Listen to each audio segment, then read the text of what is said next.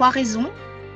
La première, qui est d'abord une rencontre avec une équipe qui m'a particulièrement boostée dans mon ancrage dans le nouveau poste que j'occupais, le nouveau poste de DRH à l'époque. La deuxième, c'est l'affiliation à ICF qui vient conforter le niveau d'exigence attendu d'une telle formation. Et on sait qu'ICF a une réputation assise dans l'univers du coaching. Et enfin, le programme qui était riche, exigeant, mêlant théorie, mise en pratique. C'était aussi rassurant pour mon entreprise qui m'avait offert cette formation, que je bénéficie d'une formation complète. Énormément.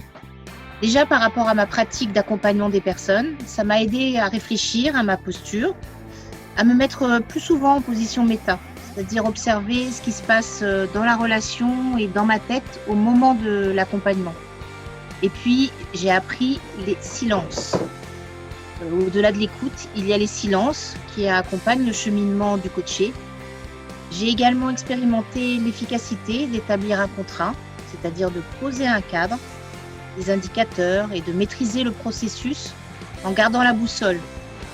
Tout cela est très très puissant. Et ça, c'est ma petite révolution interne.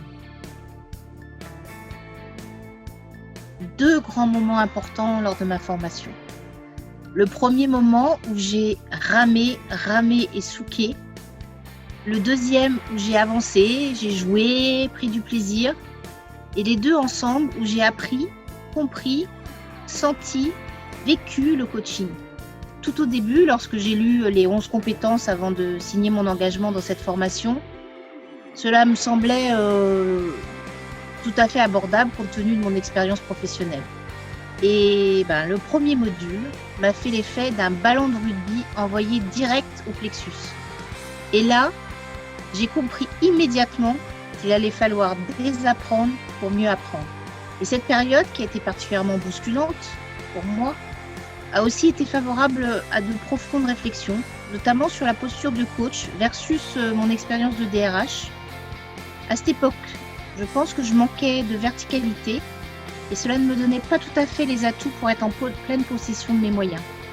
Et au final, j'ai acquis beaucoup plus de sérénité. Devenir coach n'a pas été de renoncer à mes fonctions au sein de mon entreprise. Ça a été au contraire de l'intégrer dans mon activité professionnelle. J'accompagne notamment des personnes en situation de risques psychosociaux. Et du coup, j'ai constaté de mon côté une meilleure qualité d'écoute. Et j'utilise les compétences de coach dans d'autres moments d'accompagnement, ce qui est facilitant. Grâce à cette formation et à cette pratique, je suis beaucoup plus efficace dans mes fonctions actuelles. Être coach pour moi, c'est être un passeur, sachant très bien que nul ne peut faire la traversée à la place de l'autre, juste se mettre au service de cette traversée.